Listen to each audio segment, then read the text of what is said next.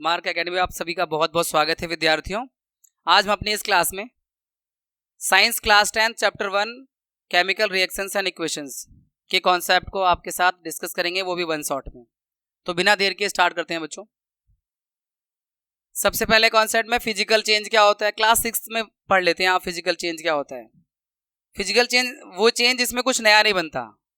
Generally जो matter है वो अपनी स्टेट को चेंज करते हैं, सॉलिड से लिक्विड, लिक्विड से गैस, गैस से लिक्विड, लिक्विड से सॉलिड। वाटर वेपर जो होता है, पानी को गर्म करो तो वो गैस बन जाता है, वाटर वेपर में आ जाता है। उसको ठंडा कर दो, कंडेंसेशन कर दो, लिक्विड में वापस आ जाता है। तो ये फिजिकल चेंज का एग्जांपल है। Cutting of would physical change का एग्जांपल है। ब्रेकिंग ऑफ पेन, अगर आपका पेन टूट जाता है। Tearing of paper. लेकिन फिजिकल चेंज में वो कुछ चेंजेस ऐसे होते हैं जो रिवर्सिबल होते हैं और कुछ ऐसे होते हैं जो रिवर्सिबल नहीं होते हैं। तो दोनों बातें होती हैं। जैसे आप पेपर को आप टीयरिंग ऑफ पेपर करते हो तो वो रिवर्सिबल नहीं है। सिंपल प्रोसेस के जरिए, सिंपल फिजिकल प्रोसेस के जरिए आप उसको दोबारा से पेपर नहीं बना सकते। कटिंग ऑफ ट्री भी फिजिकल चेंज है पर रिवर्सिबल नहीं है। लेकिन मेल्टिंग ऑफ आइस रिवर्सिबल है, फिजिकल चेंज भी है और रिवर्सिबल भी है। आइस को मेल्ट कर सकते हो, पानी बन जाएगा। पानी को आप फ्रीज कर सकते हो, आइस बन जाएगा। तो फिजिकल चेंज दोनों तरह के होते हैं, कुछ रिवर्सिबल होते हैं और कुछ नॉट रिवर्सिबल होते हैं। लेकिन इस चैप्टर में हम फिजिकल नहीं, केमिकल चेंज की बात करेंगे। एग्जाम्पल तो हमने यहाँ पे दे रखा है। केमिकल चेंज क्या होता है? जिसमें एक या एक से ज्यादा नया सब्सटेंस बनता है, उसमें कुछ नई फिजिकल और केमिकल प्रॉपर्टीज के साथ होती है ना। जैसे आपका दूध से दही का जमना केमिकल चेंज है। Rusting of iron chemical change है। डाइजेशन, फूड का डाइजेस्ट करते हो, केमिकल चेंज है। सांस लेते हैं, रेस्पिरेशन करते हैं, उसमें भी केमिकल चेंज है। तो कुछ नया बनता है, ये सभी केमिकल चेंज के एग्जाम्पल है। यहाँ पे एग्जाम्पल दे रखा है आयरन का कॉपर, यानी डिस्प्लेसमेंट रिएक्शन दे रखा है। यहाँ पे आयरन कॉपर सल्फेट के साथ जब रिएक्ट कर रहा है उसके एक्वा सॉल्यूशन में, तो कॉपर सल्फेट से कॉपर को डिस्प्लेस करके आयरन सल्फेट बन रहा है, कलर ब्लू से ग्रीन हो रहा है। ये एक एग्जाम्पल हो गया आपके केमिकल चेंज का।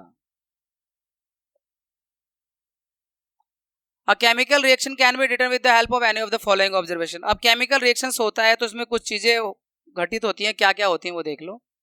गैस प्रोड्यूस हो सकती है किसी केमिकल चेंज में। टेम्परेचर यानी एंडोथर्मिक, एक्सोथर्मिक हो सकता है, वो गर्म ठंडा हो सकता है वो। फॉर्मेशन ऑफ प्रेसिपिटेट, कुछ नया प्रेसिपिटेट इनसॉल्युबल सब्सटेंस होता है, वो बन सकता है। कलर में चेंज आ सकता है, जैसे भी आपने कॉपर सल्फेट ब्लू था, वो आयरन सल्फेट जो हो गया वो हल्का सा ग्रीन हो जाता है, लाइट ग्रीन, वो आपका चेंज इन कलर है। या चेंज ऑफ स्टेट भी हो सकता है, गैस प्रोड्यूस होती है, जैसे कुछ रिएक्शन में गैस प्रोड्यूस होती है तो चेंज इन स्टेट आ गया आपका। तो ये जो सारे इवेंट है ये केमिकल रिएक्शन में देखने को मिल सकती है। पहचानने के लिए ये कुछ इंडिकेटर का काम करते हैं। अब किसी भी केमिकल रिएक्शन को रिप्रेजेंट करते हैं केमिकल इक्वेशन के जरिए।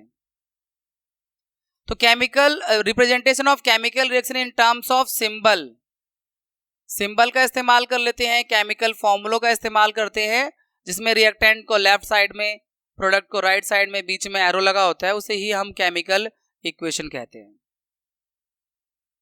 तो केमिकल इक्वेशन क्या है? किसी भी केमिकल रिएक्शन को जब हम सिंबल्स और फॉर्मूलों की हेल्प से उनके रिएक्टेंट को लेफ्ट साइड में दिखाते हैं और राइट साइड में प्रोडक्ट जो बनता है, तो उसे हम कहते हैं कि ये एक केमिकल इक्वेशन है। केमिकल रिएक्शन को, केमिकल चेंज को, केमिकल रिएक्शन को सिंबल और फॉर्मूले के रूप में दिखाने को ही केमिकल इक्वेशन कहते हैं। ठीक है, थोड़ा और आगे बढ़ते हैं। एग्जाम्पल यहाँ पे दे रखा है, देखो, जिंक और डाइल्यूट सल्फ्यूरिक एसिड। ये जब जिंक इस एसिड के साथ रिएक्ट कर रहा है, ये दोनों रिएक्टेंट हो गए, सिंबल जिंक इस्तेमाल कर लिया, सल्फ्यूरिक एसिड का H2SO4 हो गया, डाइल्यूट है, एक्वस सॉलिड है, और जिंक सल्फेट बन रहा है और हाइड्रोजन गैस प्रोड्यूस हो रही है, ये प्रोडक्ट हो गया। तो एरो के लेफ्ट में रिएक्टेंट को रखते हैं, एरो के राइट में प्रोडक्ट को रखते हैं और केमिकल फॉर्मूले और सिंबल का इस्तेमाल करते हैं। तो ये एग्जाम्पल हो गया केमिकल इक्वेशन का। कुछ सिंबल जिन्हें हम इस्तेमाल करते हैं, जैसे सॉलिड अगर हो, कोई चीज सॉलिड दिखाना है तो उसके लिए स्मॉल लेटर में एस दिखा देते हैं, लिक्विड के लिए एल दिखा देते हैं, गैस के लिए जी, एक्वस यानी वाटर का सॉल्यूशन हो तो AQ, प्रेसिपिटेट गैस प्रोड्यूस हो रहा है तो एरो दिखा देते हैं या जी भी लिख देते हैं। एरो का सिंबल भी अगर गैस प्रोड्यूस हो रहा है तो एरो सिंबल से भी दिखाते हैं और कई बार जी लिख देते हैं ब्रैकेट के अंदर। प्रेसिपिटेट क्या होता है? Insoluble substance. Double displacement reaction में आप देखेंगे इस चैप्टर में आगे जाके, सोडियम सल्फेट और बेरियम क्लोराइड का रिएक्शन जब होगा तो बेरियम सल्फेट और सोडियम क्लोराइड, तो बेरियम सल्फेट एक प्रेसिपिटेट होगा, तो प्रेसिपिटेट बनता है। तो ये इस तरह से डाउन एरो या पीपीटी लिख देते हैं, डाउन एरो या पीपीटी प्रेसिपिटेट को दिखाने के लिए। और बाकी फैक्टर जैसे टेम्परेचर का जिक्र करना है, प्रेशर का, कैटलिस्ट का। कैटलिस्ट क्या होते हैं? जो रिएक्शन में पार्टिसिपेट तो नहीं करते हैं लेकिन रिएक्शन की रेट को कम ज्यादा करते हैं, उन्हें हम कैटलिस्ट कहते हैं। तो कैटलिस्ट का बताना है या फिर टेम्परेचर या प्रेशर, ये सब चीजें हम जनरली एरो के ऊपर और एरो के नीचे, रिएक्टेंट और प्रोडक्ट के बीच में जो एरो लगाते हैं उसमें उसके ऊपर या नीचे लिख देते हैं बाकी चीजें। जैसे एग्जांपल के तौर पर आप देख सकते हो यहाँ 340 एटमॉस्फेरिक प्रेशर पर ये रिएक्शन हो रहा है कार्बन मोनोऑक्साइड का हाइड्रोजन के साथ, और ये जो बन रहा है मिथेनॉल है, CH3OH, मिथेनॉल, जिसे आप कार्बन चैप्टर में पढ़ेंगे। और दूसरा रिएक्शन है फोटोसिंथेसिस का, कार्बन डाइऑक्साइड और वाटर के साथ रिएक्शन हो रहा है, और ये कुछ मिसप्रिंट सा लग रहा है, ये 2 क्यों आ रहा है यहाँ पर? ये कुछ मिसप्रिंट है, एक्स्ट्रा आ गया है, कोई नहीं, से हटा देते हैं।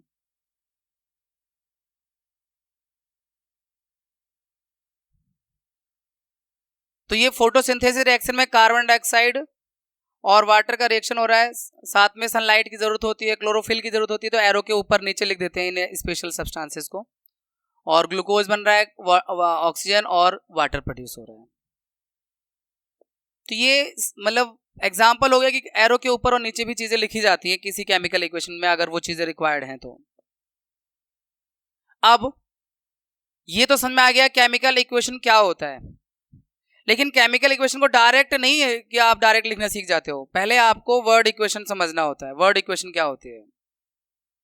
जब आप किसी केमिकल रिएक्शन को वर्ड्स में लिखते हो कि भैया आयरन वाटर के साथ रिएक्ट करके आयरन ऑक्साइड बनाता है और हाइड्रोजन गैस बनती है, ये वर्ड्स लिखे हुए हैं यहाँ पर, तो इसे हम वर्ड इक्वेशन कहते हैं। और जब इस वर्ड इक्वेशन को इस तरह से लिख देते हैं, आयरन Fe और H2O Fe3O4H2, और अगर ये बैलेंस नहीं है तो उसको स्केलेटल इक्वेशन कह देते हैं कि बैलेंस है कि नहीं, इसे चेक करो, बैलेंस नहीं है क्योंकि आयरन यहाँ पे 1 एटम है, यहाँ पे 3 एटम है।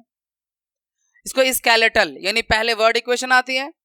किसी भी केमिकल रिएक्शन को अगर शब्दों में समझा रहे हो कि आयरन वाटर के साथ रिएक्ट कर रहा है, आयरन ऑक्साइड बना रहा है, हाइड्रोजन गैस बन रही है, तो ये वर्ड इक्वेशन हो गई। उसी वर्ड को जब आपने सिंबल में लिख दिया, आयरन का सिंबल Fe, वाटर का सिंबल H2O, फिर आयरन ऑक्साइड Fe3O4 और हाइड्रोजन गैस H2, लेकिन बैलेंस नहीं किया, तो इसको कहते हैं skeletal equation. Unbalance chemical equation को स्केलेटल इक्वेशन कहते हैं।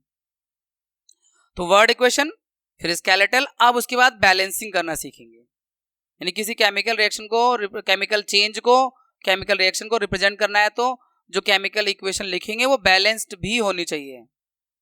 बैलेंस इसलिए होना चाहिए क्योंकि आपने 9th में क्लास 3rd में, सॉरी चैप्टर 3rd में, 9th में चैप्टर 3rd में law of conservation of mass के बारे में पढ़ा था, लॉ ऑफ डेफिनिट प्रोपोर्शन और law of conservation of mass. तो उसके अकॉर्डिंग यही था कि किसी भी केमिकल रिएक्शन में मास को ना तो क्रिएट किया जा सकता है ना ही डिस्ट्रॉय किया जा सकता है। टोटल मास रिएक्शन से पहले जो होते हैं रिएक्टेंट का, उतना ही टोटल मास प्रोडक्ट का भी होना चाहिए। इसीलिए किसी भी केमिकल इक्वेशन को बैलेंस करना जरूरी है law of conservation of mass के अकॉर्डिंग। तो यहाँ पर उसी की बात कर रहे हैं, यहाँ पर वो सारी बातें यहाँ लिखी हुई हैं, आप इसे पॉज करके वीडियो को पढ़ सकते हो। आपको कुछ और टॉपिक देखना है तो डिस्क्रिप्शन में जाओ, टाइमलाइन का इस्तेमाल करो और बाकी टॉपिक भी देख लो। अगर आपको लग रहा है कि ये सब चीजें आपको आती हैं तो जो नहीं आती है वो देख लो। तो ये सारी बातें मैंने बता दी हैं। बैलेंस केमिकल इक्वेशन क्या होता है, क्यों बैलेंस करना पड़ता है, वो सब चीजें यहाँ लिखी हुई हैं। आइए बैलेंसिंग सीखते हैं। हिट एंड ट्रायल मेथड से बैलेंसिंग सीखेंगे। इसमें जो लिखा है वो तो आप पढ़ लेना, मैं तो बस सीधे सीधे समझाऊंगा आपको। जैसे यहाँ पे लिखा हुआ है, हम एक रिएक्शन लेके इसे बैलेंस करेंगे। हाइड्रोजन H2, क्लोरीन का, देखो अगर आपको ये सब नहीं आता है तो क्लास 9th का चैप्टर 3 और वहां पे जैसे सिंबल का फॉर्मूला है, एटोमिसिटी का फॉर्मूला एक टेबल है, एक केमिकल जो एलिमेंट के सिंबल की एक टेबल है, और एक वैलेंसी की टेबल है। Table 3.6 NCERT text book chapter 3 table 3.6 बेहद इंपॉर्टेंट है केमिस्ट्री के फॉर्मूलों को बनाने के लिए। वहीं से ये सीखते हैं। ये आपने 10th क्लास में ऐसा कुछ नहीं सीखा कि हाइड्रोजन को H2 ही क्यों लिख रहे हैं, क्योंकि हाइड्रोजन डायटोमिक होता है ना। हाइड्रोजन का मॉलिक्यूल जो होता है डायटोमिक होता है, क्लोरीन का मॉलिक्यूल डायटोमिक होता है। तो चैप्टर 3 आपको रिवाइज करना पड़ेगा, उसमें 2-3 टेबल जो आपको बता रहा हूं, एक तो एटोमिसिटी वाले टेबल और एक बैलेंसी वाले टेबल, ये बहुत जरूरी है, एलिमेंट का सिंबल वाले। तो hydrogen gas plus chlorine gas जब रिएक्ट करेंगे तो हाइड्रोजन क्लोराइड HCl, हम ये क्योंकि दोनों की वैलेंसी सेम होती है। जरा से एक आपको रिमाइंडर दे देता हूँ क्लास 9th वाला। हाइड्रोजन एटम जो आयन है वो प्लस का 1 उसका होता है वैलेंसी, और क्लोराइड का -1 होता है। तो क्रॉस कर देते हैं इनकी वैलेंसी को इस तरह से, लेकिन 1 होता है तो लिखना जरूरी नहीं होता, इसलिए HCl बन जाता है। अब बैलेंसिंग करते हैं। बैलेंसिंग का ज्यादा कुछ फंडा नहीं, हिट एंड ट्रायल मेथड में हमें बैलेंसिंग उस कंपाउंड से शुरू करना चाहिए जिसमें ज्यादा नंबर ऑफ एटम हो, लेफ्ट में हो चाहे राइट में हो। बस पहला मेथड यही है उसमें मेन, कि जिसमें ज्यादा नंबर ऑफ एटम हो उस कंपाउंड को पकड़ लो। तो यहाँ पे जैसे सब में लगभग 2-2 है, ज्यादा कुछ है ही नहीं। यहाँ पे हाइड्रोजन में 2 है, क्लोरीन में भी 2 है, HCl में भी 2 ही एटम है, किसी से भी कर सकते हो आप बैलेंस। तो अगर जैसे H2 इधर है, एक इधर है, तो 2 लगा दो, हो गया बैलेंस। खैर ये तो बहुत ईजी था, अभी और करेंगे, आपकी प्रैक्टिस में होने चाहिए। अब बेरियम क्लोराइड, अब जो इसका नेमिंग कैसे करते हैं, बेरियम और क्लोराइड, इसकी वैलेंसी होती है +2 और इसकी -1। ये आपको class 9th NCERT text book table number 3.6 जरूर याद करनी पड़ेगी वैलेंसी के लिए। तो ये 1 यहां जाएगा, 2 यहां आएगा, तो BaCl2 बेरियम क्लोराइड।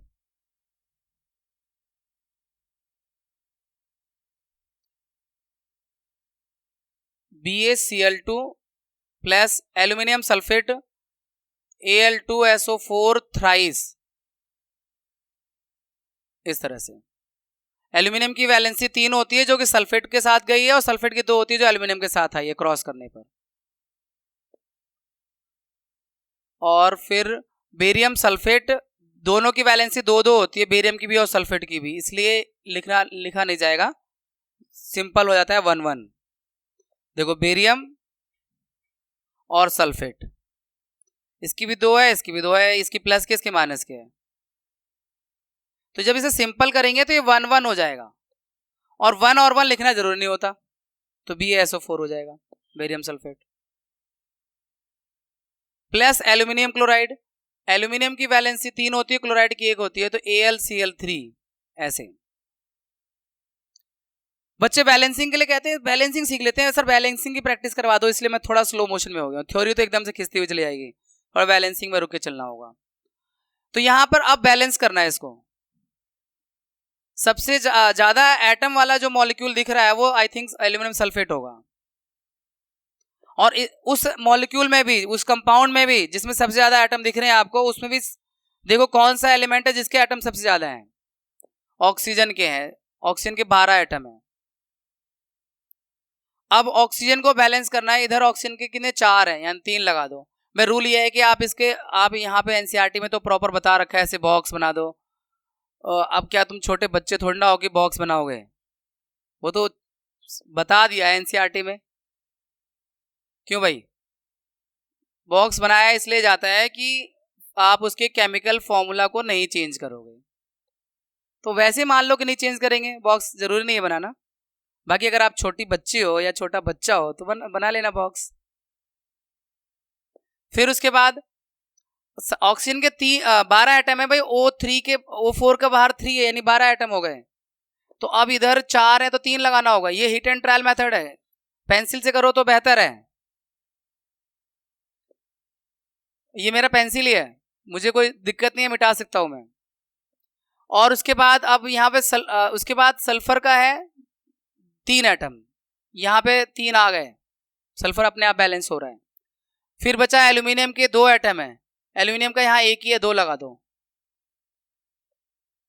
अभी इसके सारे एटम हमने बैलेंस करने का प्रयास कर लिया। अब उधर क्लोरीन के 2 और एक 3 है, यहाँ तो हमने बहुत ज्यादा बढ़ाई दिया है, तो अब सिर्फ हमें उसे चेक कर लेना चाहिए। बेरियम का वहां पे 1 एटम है, यहाँ पर 3 है, तो अब हम 3 लगा दें तो क्लोरीन के 6 एटम हो गए, और यहां भी 2 इंटू 3 6 ही हो गए, तो हो गए बैलेंस। तो बैलेंस में कोई पहाड़ नहीं खोदना है, दशरथ माझी की तरह कोई पहाड़ तोड़ के रास्ता बनाना है, केवल हिट एंड ट्रायल करना है, प्रैक्टिस करनी है। Practice makes the man perfect.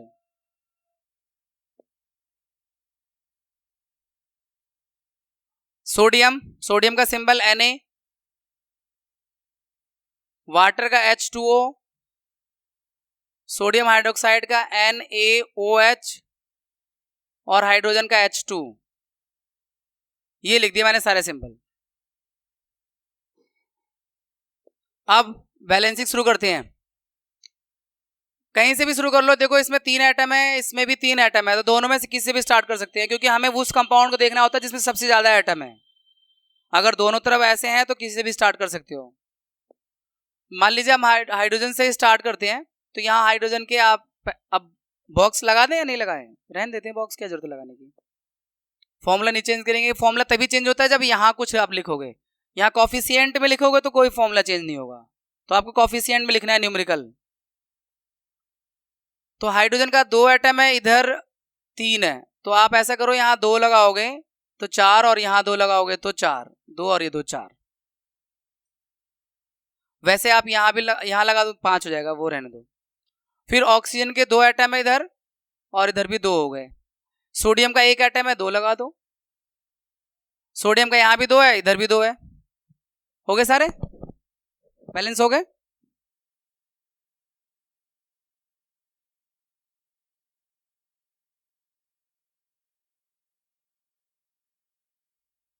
चलिए भाई, बैलेंसिंग के 3 प्रैक्टिस थे आपके, और बैलेंसिंग कर प्रैक्टिस करनी है तो अभी एनसीईआरटी टेक्स्ट बुक में दिए हुए ना एक्सरसाइज में, वहां से प्रैक्टिस करेंगे, और उसकी हम अलग क्लास रिकॉर्डिंग करेंगे जिसमें एक्सरसाइज और इन टेक्स्ट वगैरह डिस्कस होंगे। देखिए बच्चों, टाइप ऑफ केमिकल रिएक्शन की बात करते हैं। केमिकल रिएक्शन को कई सारे टाइप में डिवाइड कर सकते हैं। जैसे पहले कॉम्बिनेशन रिएक्शन है, कॉम्बिनेशन रिएक्शन नाम से मालूम चल रहा है, रिएक्शन इन विच 2 और more reactant combine to form 1 product. 2 या 2 से ज्यादा रिएक्टेंट जुड़कर जब एक प्रोडक्ट बनाते हैं तो उसे कहते हैं कॉम्बिनेशन रिएक्शन। तो कॉम्बिनेशन रिएक्शन में आपका एग्जांपल, जैसे A प्लस B जुड़कर AB बन रहा है, carbon plus oxygen carbon dioxide, ये कॉम्बिनेशन रिएक्शन का एग्जांपल हो गया। उसके बाद ये फिगर है आपकी एनसीईआरटी बुक से है, तो इस फिगर से क्या पूछा जा सकता है, इसलिए इस फिगर को डिस्कस कर लेते हैं। भाई एनसीईआरटी के टेक्स्ट बुक में जो भी फिगर हैं उन्हें बिना डिस्कस किए मत छोड़ो, कुछ भी उनसे पूछा जा सकता है। तो जैसे यहाँ पर है, question that can be asked from this figure, magnesium ribbon आपकी एक्टिविटी 1 है, और क्योंकि ये नाइट मोड में फोटोज को क्रॉप किया गया है, इस वजह से यहाँ पे ये जो व्हाइट वाला पाउडर है, एक्चुअल में ये रिएक्शन आपसे डिस्कस कर रहे हैं हम। तो जब मैग्नीशियम रिबन को आप जलाओगे तो व्हाइट कलर का पाउडर बनेगा, व्हाइट कलर की फ्लेम के साथ जलेगा वो, ठीक है ना। तो यहाँ पर मैग्नीशियम रिबन को जलाया जा रहा है, लेकिन बिफोर बर्निंग इसको सैंड पेपर से साफ करना है। सैंड पेपर, क्योंकि ये सब क्वेश्चन पूछे जाते हैं इसलिए हम आपसे डिस्कस कर रहे हैं, ये फिगर उठा के लाए आपको समझाने के लिए। तो यहां पर ये एग्जाम्पल है, एक्सोथर्मिक भी है और कॉम्बिनेशन रिएक्शन का भी एग्जाम्पल है,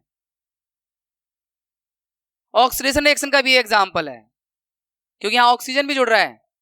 magnesium combined with oxygen and makes magnesium oxide, तो कॉम्बिनेशन भी हो गया और ऑक्सीडेशन हो ही रहा है क्योंकि मैग्नीशियम में ऑक्सीजन जुड़ रहा है, इसलिए ये एक्टिविटी डिस्कस कर रहे हैं। तो इसमें मैग्नीशियम रिबन को सैंड पेपर से इसलिए साफ करते हैं कि उसके ऊपर अगर ऑक्साइड की कोई परत है तो वो साफ हो जाए, उसका बर्निंग आसान हो जाए। तो एक नंबर क्वेश्चन यहां से पूछ लेते हैं।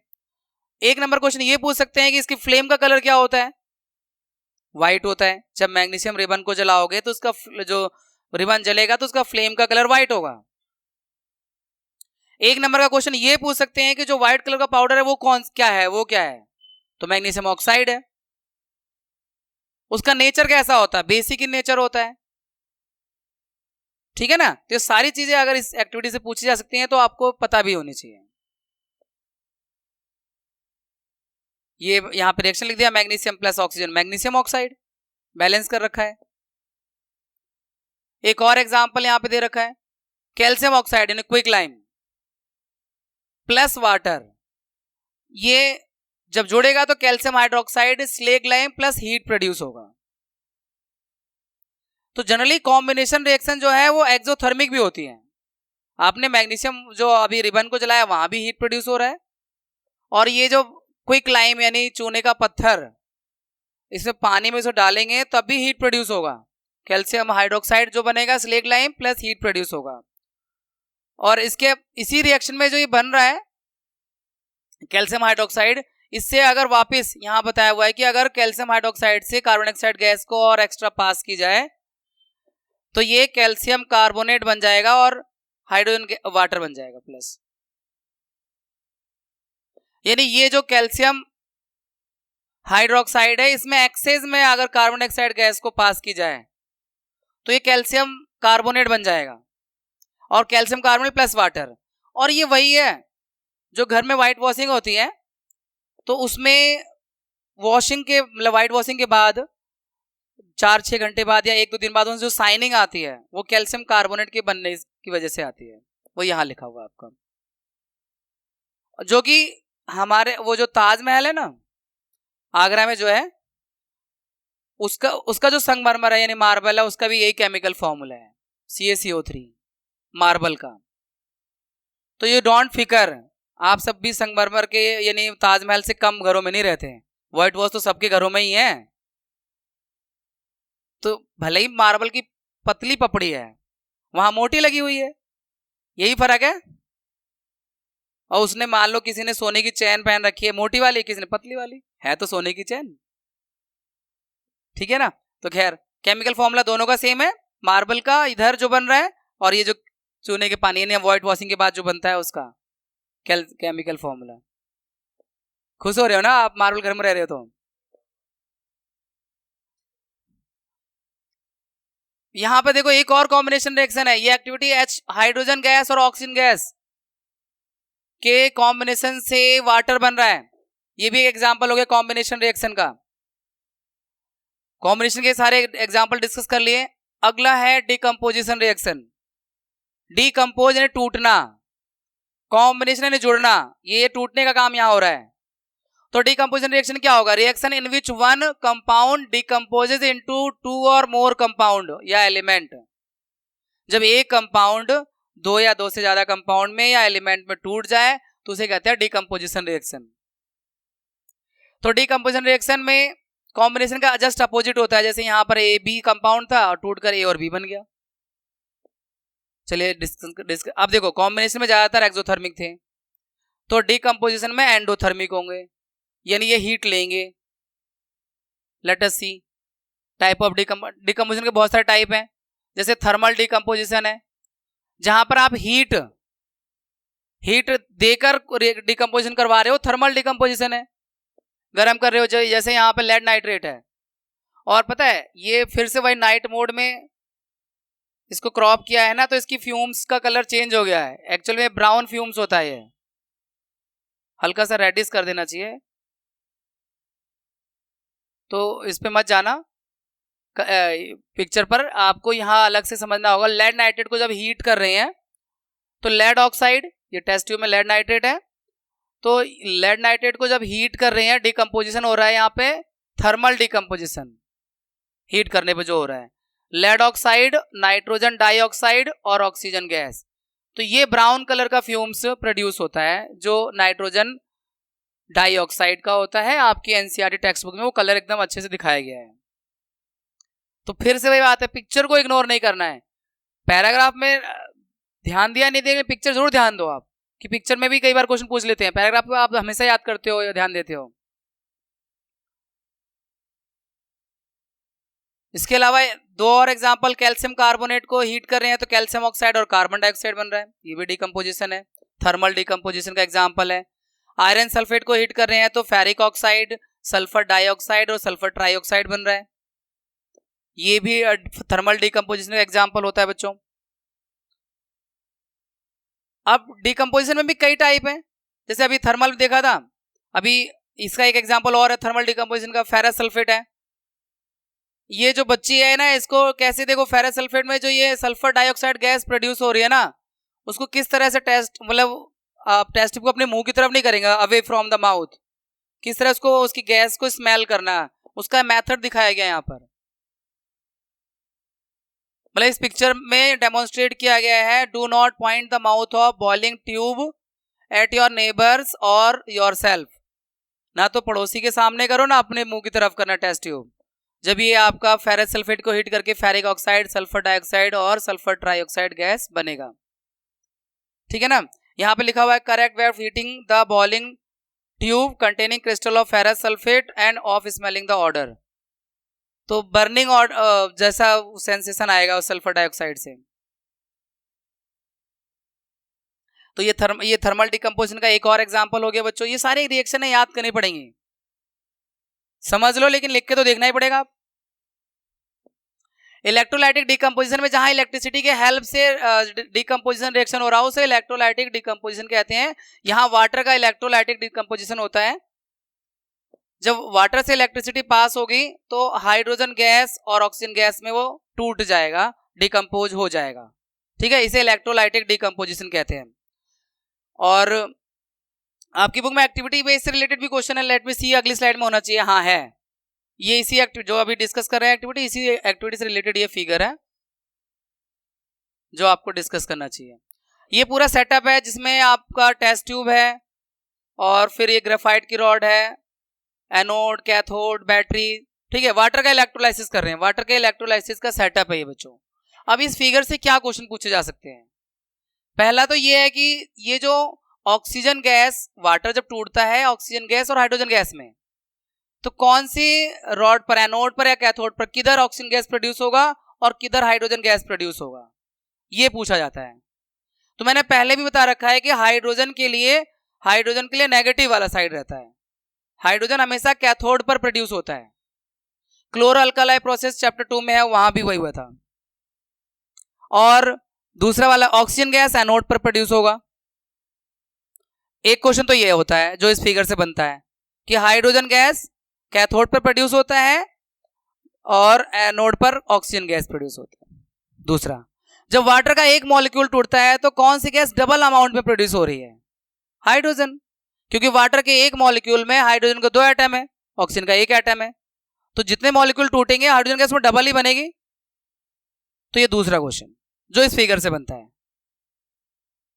तो ये आपका 1 मार्क्स के और क्वेश्चन कवर कर रहा है यहाँ पर, कौन सी गैस डबल अमाउंट बनेगी और कौन सी गैस एनोड पर और कौन सी गैस कैथोड पर बनेगी। ये फिगर कवर कर रहा है इस क्वेश्चन को।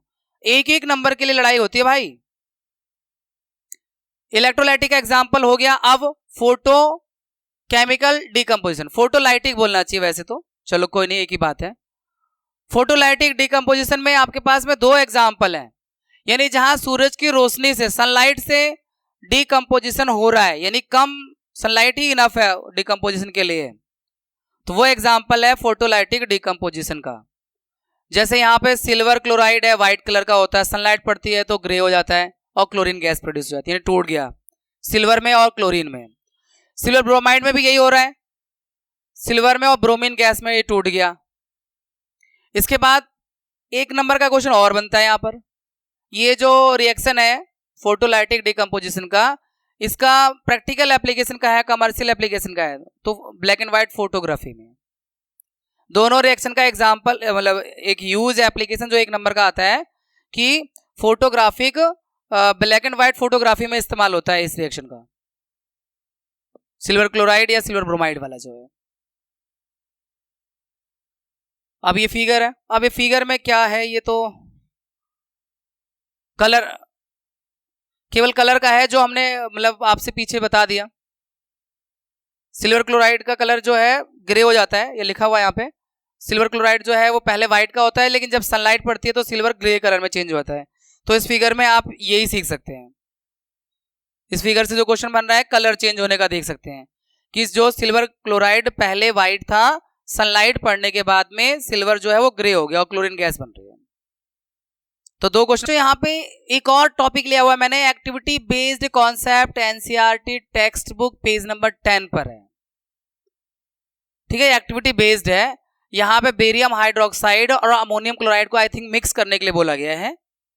पेज नंबर 10 पर कोई एक्टिविटी है ये, और आपको खुद करने के लिए बोला गया है शायद। और फिर ये बेरियम क्लोराइड बन रहा है, अमोनियम हाइड्रोक्साइड बन रहा है। तो यहाँ पे क्वेश्चन शायद टेम्परेचर को लेके पूछा गया है कि टेस्ट ट्यूब को टच करो तो क्या होगा। लेट मी सी द, जरा दिखाओ जरा एक्टिविटी, बच्चों को डेमोन्स्ट्रेट करो क्या पूछा गया है। Take about 2 gram barium hydroxide test tube, add 1 gram of ammonium chloride and mix with the help of glass rod. Touch the bottom of the test tube with your palm. What do you feel? Is this an exothermic or endothermic? देखो, अब question में answer तो दिया नहीं है, लेकिन हमें cover करना है इसे। तो इसी एक्टिविटी को मैंने यहाँ बताया हुआ है आपको। पेज नंबर 10 ही है ना, यहाँ पर ये पेज नंबर 10 ही है ना। ओके, तो यहां पर जो टच करेंगे तो वो थोड़ा एंडोथर्मिक रिएक्शन होगा, वो कूल लगेगा, ठंडा लगेगा टेस्ट ट्यूब। ठीक है, इस एक्टिविटी को हमने यहां कवर करने का प्रयास किया है। बच्चों अगला टॉपिक है तीसरा, कॉम्बिनेशन हो गया, डिकम्पोजिशन हो गया, और डिकम्पोजिशन में थर्मल, इलेक्ट्रोलाइटिक और फोटोलाइटिक तीनों डिकम्पोजिशन हो गए, यानी हीट करके और सनलाइट से और इलेक्ट्रिसिटी से, तीनों के एग्जाम्पल डिस्कस हो गए। अब आ गया डिस्प्लेसमेंट रिएक्शन। ये तो तुम्हारा पुराना रिश्तेदार है, जो आप लोग जानते ही हो, वही कॉपर सल्फेट वाला रिएक्शन यहाँ पे नहीं है फिलहाल, हो सकता है अगली स्लाइड में हो।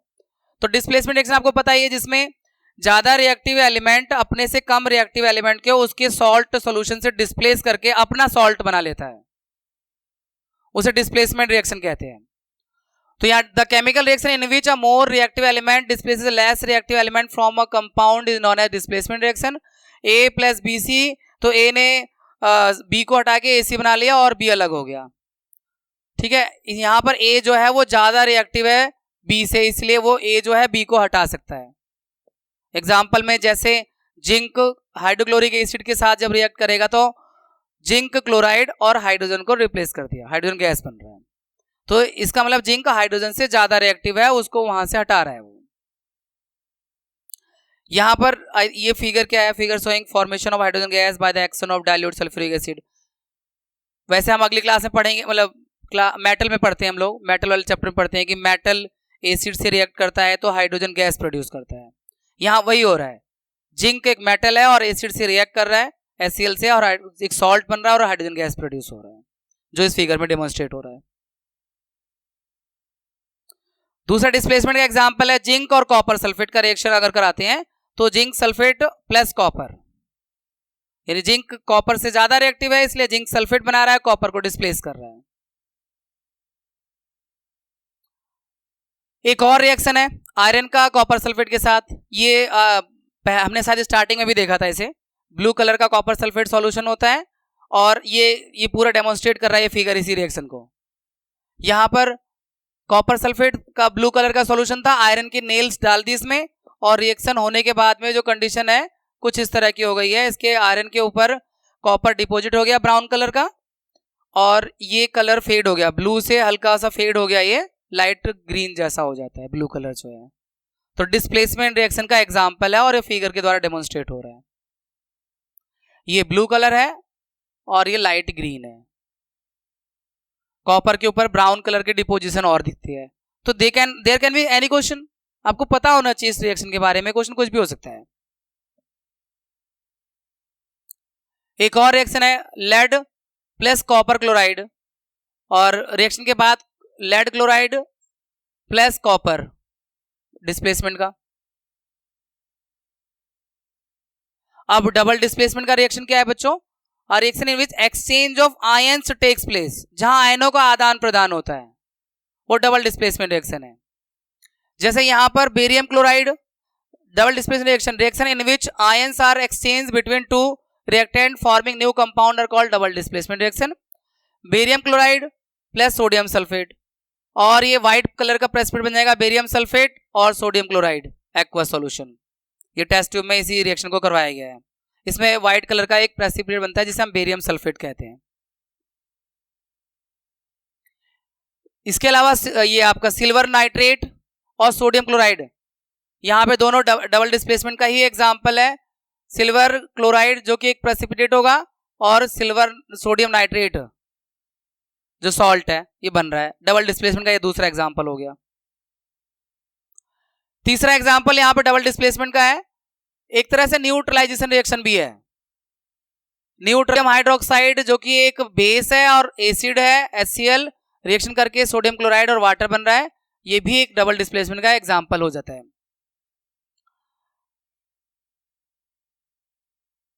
हो गया, न्यूट्रलाइजेशन रिएक्शन भी कहते हैं इसे हम लोग बच्चों। अब अलग से एक प्रेसिपिटेशन रिएक्शन देख लो।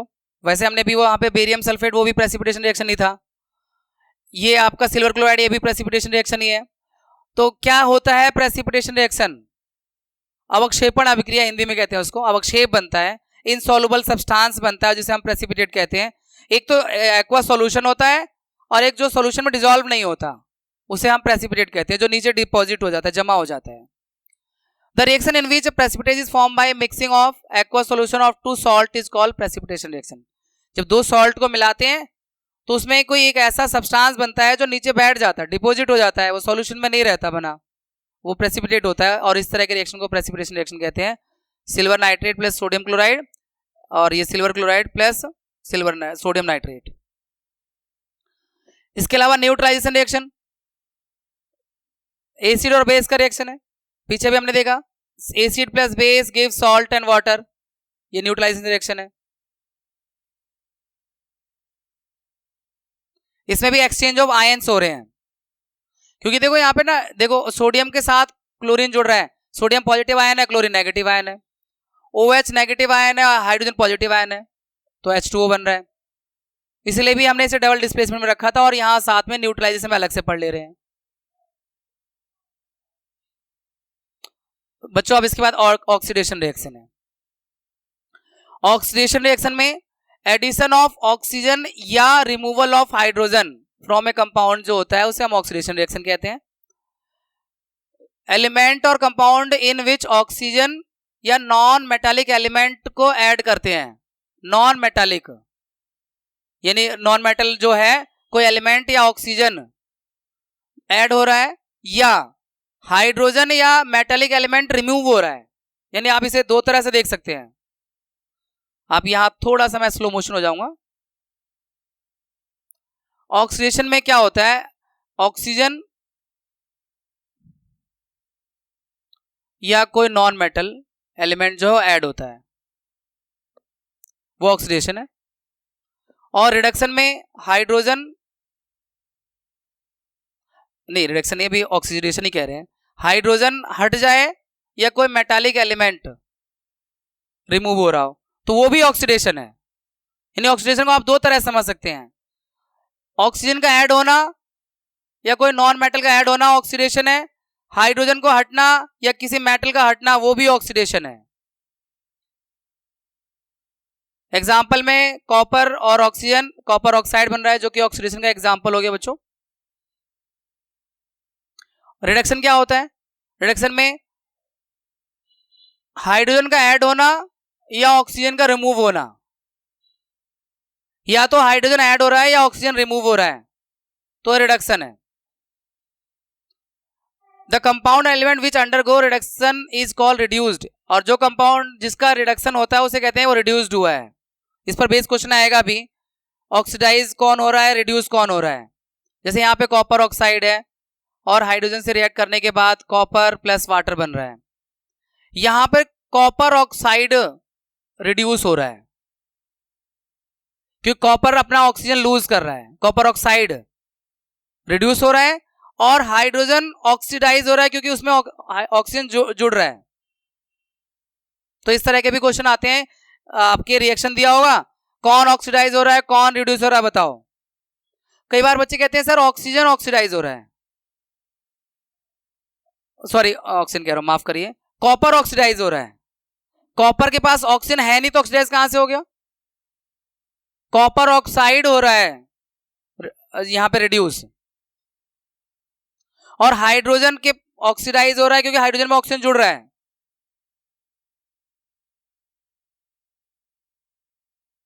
अब ऑक्सीडाइजिंग एजेंट किसे कहते हैं? वो जो किसी रिएक्शन में किसी कंपाउंड को ऑक्सीजन देने की क्षमता रखते हो, उन्हें ऑक्सीडाइजिंग एजेंट कहते हैं। तो जैसे अभी हमने पीछे देखा था, वहां पे कॉपर ऑक्साइड एक तरह से ऑक्सीडाइजिंग एजेंट का काम कर रहा है क्योंकि वो हाइड्रोजन को ऑक्सीजन दे रहा है। तो substance which gives oxygen for oxidation is called oxidising agent, और या वो हाइड्रोजन को रिमूव करने वाला हो, the substance which removes hydrogen, उसे भी ऑक्सीडाइजिंग एजेंट कहेंगे क्योंकि ऑक्सीडेशन जो कर रहा है वही ऑक्सीडाइजिंग एजेंट है। जो हाइड्रोजन को रिमूव कर देता है वो भी ऑक्सीडाइजिंग एजेंट है, जो ऑक्सीजन को ऐड कर देता है वो भी ऑक्सीडाइजिंग एजेंट है।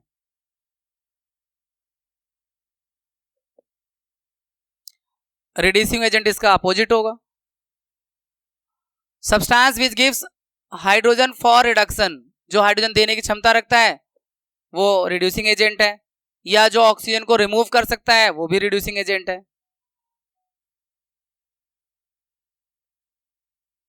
और जहां एक साथ दोनों रिएक्शन हो रही है, ऑक्सीडेशन और रिडक्शन, उसे रिडॉक्स कहते हैं।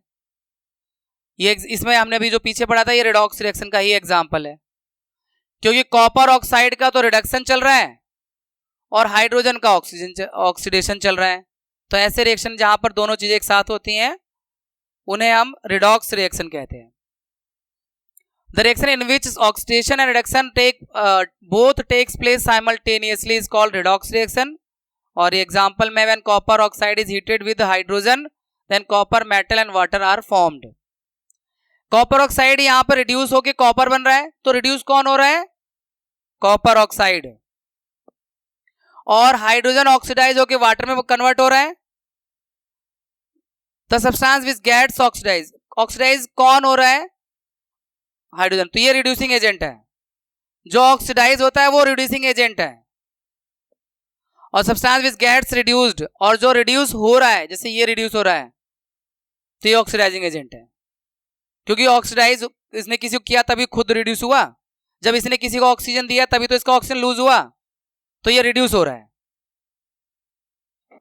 सम मोर एग्जांपल और रिडॉक्स, और देख लो भाई रिडॉक्स रिएक्शन के एग्जांपल। जिंक ऑक्साइड है, कार्बन के साथ, मतलब कोयले के साथ रिएक्शन हो रहा है इसका। ये रिडक्शन प्रोसेस आप मेटलर्जी उस चैप्टर 3 में पढ़ेंगे। ये कार्बन जो है रिड्यूसिंग एजेंट का काम कर रहा है यहाँ पर, तो ये जिंक को अलग कर देता है और कार्बन मोनोऑक्साइड गैस बन जाता है। और साथ में ये मैग्नीज डाइऑक्साइड का HCl के साथ, हाइड्रोक्लोरिक एसिड के साथ रिएक्शन हो रहा है, तो मैग्नीज डाइक्लोराइड, वाटर और क्लोरीन गैस, ये भी रिडॉक्स रिएक्शन का एग्जांपल है बच्चों। यहां देखो कौन, यहां पर देखो जिंक ऑक्साइड रिड्यूस हो रहा है और कार्बन ऑक्सीडाइज हो रहा है। इधर देखना, ये मैग्नीज डाइऑक्साइड रिड्यूस हो रहा है और HCl ऑक्सीडाइज हो रहा है क्लोरीन में। एंडोथर्मिक और एक्सोथर्मिक रिएक्शन वो हमने वैसे कॉम्बिनेशन में डिस्कस कर लिया था, पर अलग से बताया हुआ है स्पेशली कि चलो वो भी एक पॉइंट याद रहेगा आपको। एक्सोथर्मिक रिएक्शन किसे कहते हैं? ऐसी रिएक्शन जिसमें हीट प्रोड्यूस होती है। कॉम्बिनेशन में हमने मैग्नीशियम रिबन को बर्न किया था, कैल्शियम ऑक्साइड में पानी मिलाया था, तो वो एक्सोथर्मिक रिएक्शन ही था। तो यहाँ पर एक्सोथर्मिक रिएक्शन जिसमें एनर्जी प्रोड्यूस होती है उसे हम एक्सोथर्मिक रिएक्शन कहते हैं। ज्यादातर कॉम्बिनेशन रिएक्शन एक्सोथर्मिक थे, जैसे रेस्पिरेशन भी एक एक्सोथर्मिक रिएक्शन है। हम जो सांस लेते हैं वो भी एक एक्सोथर्मिक रिएक्शन है। क्यों? क्योंकि हम जब रेस्पिरेशन करते हैं तो उसमें जो ऑक्सीजन अंदर लेते हैं वो ग्लूकोज के साथ जुड़ता है और फिर कार्बन डाइऑक्साइड, वाटर और एनर्जी मिलती है हमारी बॉडी को, इसलिए एक्सोथर्मिक रिएक्शन है वो भी। एक और एग्जांपल है बच्चों यहाँ पे, ये क्विक लाइम वाला। क्विक लाइम यानी जब आप चूने के पत्थर को बोलते हैं क्विक लाइम, और उसमें पानी मिलाते हैं तो हीट प्रोड्यूस होती है और कैल्शियम हाइड्रोक्साइड बन जाता है। ये भी एग्जांपल है आपके एक्सोथर्मिक रिएक्शन का। Endothermic reaction, decomposition reaction endothermic थी ज्यादातर। उसमें हमने thermal decomposition, photolytic decomposition, electrolytic decomposition, वो सारे एंडोथर्मिक ही हैं। एनर्जी किसी न किसी फॉर्म में उन्हें मिल रही है। A chemical reaction in which heat energy is absorbed is called endothermic reaction। जैसे यहाँ पे कैल्शियम कार्बोनेट को गर्म करते हैं तो कैल्शियम ऑक्साइड और कार्बन डाइऑक्साइड में चेंज हो रहा है, तो ये एग्जांपल हो गया एंडोथर्मिक रिएक्शन का। अब effect of oxidation reaction in everyday life. ये जो ऑक्सीडेशन रिएक्शन है रोजमर्रा की जिंदगी में किस तरह से नुकसान पहुंचाता है, जैसे उसका एग्जांपल है कोरोजन और एसिडिटी। कोरोजन का मतलब होता है कि the slow process of conversion of metal into their undesirable compound.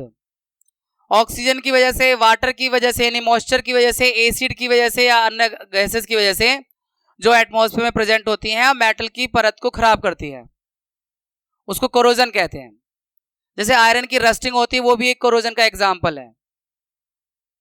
Rust जो है वो अनडिजायरेबल सब्सटेंस है, हमारे लिए यूजफुल नहीं है, ऑक्सीडेशन की वजह से ही हो रहा है ये। यहां रिएक्शन दिखा रखा है, iron plus oxygen plus water, water vapour की फॉर्म में। तो आयरन ये रहा, हाइड्रेटेड फेरिक ऑक्साइड यानी रस्ट, Fe2O3 इंटू H2O, ये रस्ट का फॉर्मूला हो गया जो अनडिजायरेबल सब्सटेंस है। कोरोजन की वजह से क्या होता है, आयरन या स्टील की चीजें हल्की हो जाती हैं, रेलिंग्स, कार, बॉडीज, ब्रिजेज और शिप्स, ये सब का नुकसान होता है और ये लाइफ को, उनकी लाइफ को शॉर्ट कर देती हैं, कट शॉर्ट कर देती हैं, उनकी लाइफ को कम कर देती हैं कोरोजन। हल्का होगा,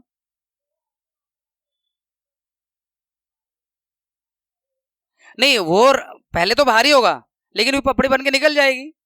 मैं इन द एंड अगर बोले आप ऑक्साइड जोड़ोगे तो नेचुरल से वो भारी और पपड़ी बन रही है, लेकिन पपड़ी टिकती कहाँ है ना। लेकिन कुछ में जैसे ऑक्साइड वगैरह है वो भारी होती है, ये पहले स्टार्टिंग में आप कहोगे हाँ बिल्कुल भारी होता है, लेकिन रस्टिंग में कह सकते हैं, सब में नहीं कह सकते। जैसे एल्यूमिनियम का ऑक्साइड तो उस पर बना ही रहेगा, एल्यूमिनियम का ऑक्साइड जो होगा वो बना ही रहेगा उस पर।